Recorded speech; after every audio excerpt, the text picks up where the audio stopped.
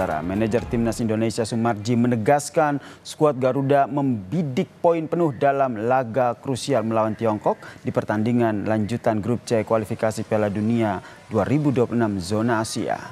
Menurut Sumarji, seluruh pemain yang mengikuti pemusatan latihan di Bali dalam kondisi bugar dan siap tempur. Sumarji juga menjelaskan skuad timnas akan tetap menjalani program latihan selama di Jakarta, namun menu latihan tidak seberat di Bali. Untuk saat ini, saudara, tidak ada pemain yang dicoret dari daftar skuad Garuda. Sebanyak 30 pemain masih tetap bertahan hingga laga kontra Tiongkok di Stadion Utama Gelora Bung Karno, Jakarta pada 5 Juni mendatang. Sumarji juga memastikan belum ada rencana untuk memanggil pemain tambahan. Ya harus 3 poin, harus poin penuh, makanya doakan 3 poin ya. Sementara 30 pemain akan tetap jadi satu. Kemungkinan kalaupun ada sangat kecil, akan kami komunikasikan kembali sama Coach Patrick. Apakah ada yang akan dipulangkan atau tidak, tetapi komunikasi awal tetap 30. Untuk kepastiannya kita tunggu nanti.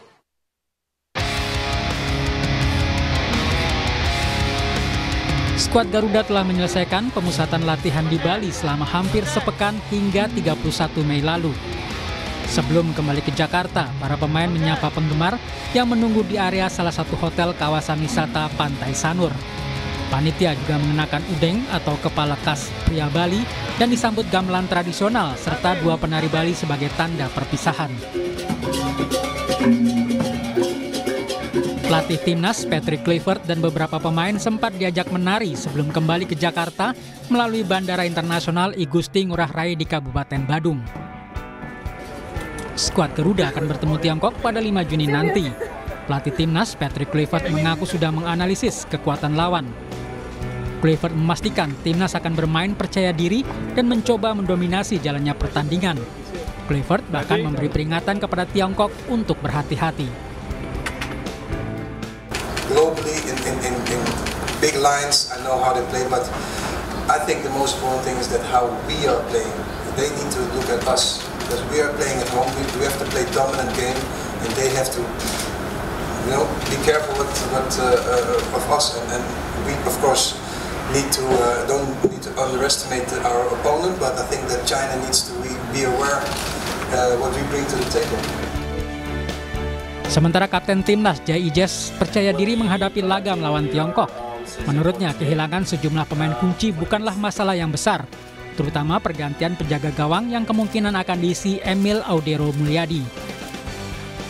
I know Emil a little bit now because he plays in Italy and we had a lot of contact also before he did the neutralization.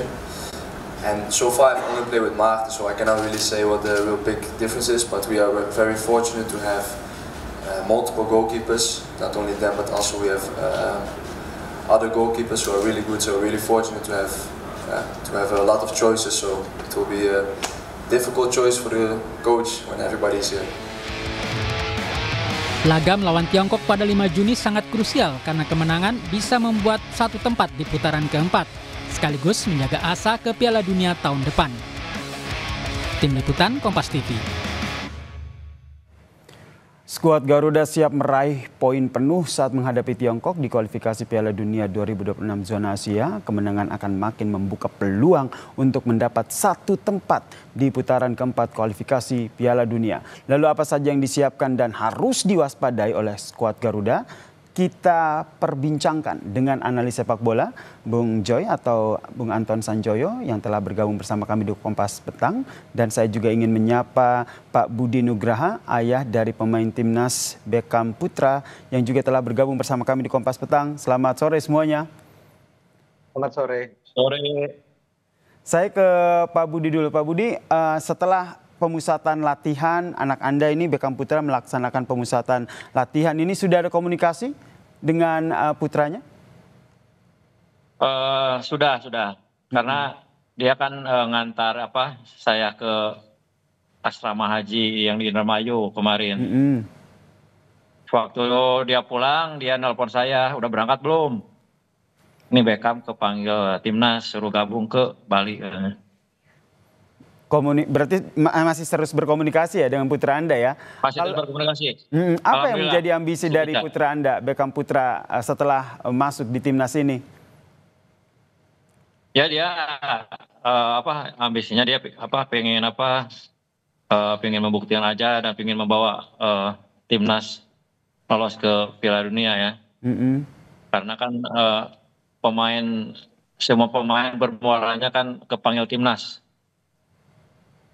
Oke, Beckham juga cerita tidak Pak terkait dengan persaingan di posisi sayap kanan di timnas ini? Ya, Beckham mencerita memang persaingan sangat ketat, tapi objektif juga dia sambil belajar lah, karena banyak pemain dari liga-liga Eropa ya, dia sambil belajar, tapi dia tambah motivasi buat Beckham juga. Untuk lebih serius lagi, lebih meningkatkan lagi kemampuannya. Oke, saya ke Bung Joy sekarang. Silakan dilanjutkan, Mbak. Supaya terpilih ya untuk masuk ke skuad inti 23 pemain ya.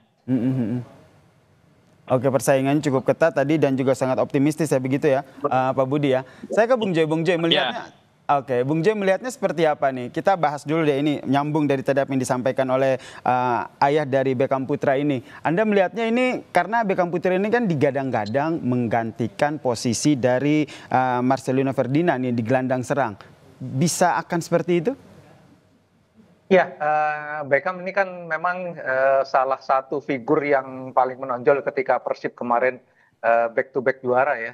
Jadi memang dia layak lah dipanggil karena kemampuannya sudah teruji di kompetisi Liga 1, dan memang kalau dibilang persaingannya ketat sekali karena Marcelino tidak ada karena ada akumulasi kartu, tapi ada Stefano Lillipali, ada Verdong, ada banyak pemain yang posisinya hampir sama. Jadi sebetulnya kalau Beckham sendiri sebetulnya utility ya, dia di tengah itu dia bisa main di poros, bisa main di kanan gitu loh. Bahkan dia menurut saya salah satu pemain yang gerakannya liar, yang sulit dibaca lawan gitu ya. Jadi menurut saya dia punya kemampuan lah untuk bersaing dengan yang ada sekarang, karena memang kan sekarang yang dibawa Patrick kan 30 pemain, mau dibawa 30 juga nggak masalah, tapi kan yang masuk DSP itu kan 23. Jadi saya berharap sih Beckham bisa bersaing masuk di 23 tim yang di daftar susunan pemain, sehingga confidence-nya juga akan naik. Dan saya rasa itu memang ujian pertama adalah ketika dia dipanggil ke Bali bersaing dengan pemain lain, dan memang ada vakan kan di tengah, Marcelino nggak bisa main. Tapi kalaupun nanti Marcelino bisa main, saya yakin dia bisa bersaing juga gitu. Jadi menurut saya kita harus memberi support lah kepada pemain yang baru dipanggil masuk ke skuad timnas, karena yang lainnya kan seperti dibilang oleh Pak Budi tadi, memang yang lain kan kebanyakan bersaing di level Eropa gitu loh. Tapi Beckham harus membuktikan bahwa dia membawa Persib menjadi juara dan bisa juga bersaing di level nasional untuk masuk di skuad merah putih. Oke, ini yang nanti akan menjadi penentunya adalah pelatih timnas kita, yaitu Patrick Kluivert gitu. Kalau berbicara soal Patrick Kluivert nih, Bung Joy, sudah ada peringatan begitu dari Patrick Kluivert yang memperingatkan untuk Tiongkok agar hati-hati begitu, ada say war begitu. Apakah ini karena Patrick Kluivert Anda membacanya terlalu percaya diri atau hanya ya say war saja? Ya, itu bagian dari keseluruhan laga ya, karena kan kalau laga udah kualitasnya udah kualifikasi Piala Dunia ini kan kita tidak bisa lagi melihat hanya pada satu titik. Ada titik di mana dimulailah dalam tanda kutip perang itu. Jadi saya kira itu bagian dari Kluivert kan bagaimanapun pelatih yang berpengalaman kan. Dia lama di klub, dia beberapa kali juga memegang bendera negara gitu kan. Jadi dia tahulah cywar seperti itu. Ya itu bagian dari cywar, tapi juga menurut saya bagian dari untuk menaikkan confidence tim. Karena ketika melawan Cina kan kita kalah. Sementara sekarang Indonesia akan berhadapan dengan Cina di GBK, dan itu waktu yang sangat tepat untuk dalam tanda kutip membalas dendam. Dan saya kira dengan kepercayaan diri penuh, dukungan penonton yang menggebu-gebu, lalu harapan juga, asal jangan menjadi bumerang aja, harapannya terlalu tinggi, mainnya nggak lepas. Tapi saya lihat, nah ini dia nih Bung Joy, jangan sampai jadi bumerang begitu. Menurut Anda apa yang harus diwaspadai ketika melawan Tiongkok? Saya kira kalau kita lihat pertandingan-pertandingan Indonesia ketika di GBK, menurut saya hampir semuanya tidak memperlihatkan bahwa mereka grogi. Pertandingan terakhir melawan Bahrain, saya kira Bahrain justru yang grogi ya. Jadi Indonesia bermain sangat lepas. Ketika melawan Arab Saudi demikian juga gitu loh. Cuma memang ada beberapa pertandingan ya, terutama kalau saya lihat pertandingan melawan Australia di Sydney, pertandingan melawan Cina di kandang mereka memang tidak berkembang karena ada sedikit bukan soal teknis juga tapi soal mental ya. Dan saya lihat ini bisa diperbaiki, lawan Arab bisa menang, lawan Bahrain bisa menang. Jadi sekarang memang tekanannya tinggi sekali karena kalau Indonesia sampai draw, peluang untuk ke posisi 4 memang berat. Apalagi kalau kalah. Tapi dugaan saya sih Indonesia akan bermain lepas. Dan saya kira dengan dukungan yang menggebu Indonesia bisa menang. Bahkan kemarin saya sempat mengatakan kalau bermain biasa saja dengan standar Indonesia sekarang bisa menang dengan selisih 2 gol. Oke, ini kita tentu saja berharap Indonesia menang begitu. Saya ke Pak Budi. Pak Budi, ini ada obrolan tidak dengan putra Anda begitu, Beckham Putra, terkait dengan bagaimana kekuatan dari Tiongkok ataupun selama proses TC kemarin? Ya, sebenarnya Beckham pernah ngomong juga, karena kan dia pengalaman udah pernah main di Persib waktu lawan klub Cina itu ya, waktu di ACL tuh itu di Asia. Ya, karakter permainan Cina dia udah tahu juga, karena dia kan waktu itu dia cetak gol juga ke gawang klub Cina. Jadi kan dia karakter Cina cepat, keras juga. Jadi Beckham udah agak tahu dikit-dikit lah untuk pemain Cina. Ya mudah-mudahan aja lah Indonesia bisa menang. Amin. Ini harapan kita bersama ya, Pak Budi. Pak Budi sekarang kan sedang berada di Tanah Suci begitu, tengah melaksanakan ibadah haji begitu. Apa yang menjadi pinta dari Beckham Putra? Apakah juga termasuk minta didoakan begitu agar timnas bisa menang? Betul. Ya kan nanti saya ke hari Rabu kita ke Wukuf di Arafah kan itu mungkin insya Allah lah. Itu kan doa-doa biasanya terkabul. Dia minta doakan Indonesia menang dan lolos ke Piala Dunia. Dan Beckham juga mudah-mudahan masuk ke tim yang 2-3 dan mudah-mudahan ada menit bermain lah buat Beckham juga. Dan mudah-mudahan Beckham juga bisa berkontribusi ya untuk timnas senior ini. Karena ini pertama kali Beckham dipanggil timnas senior.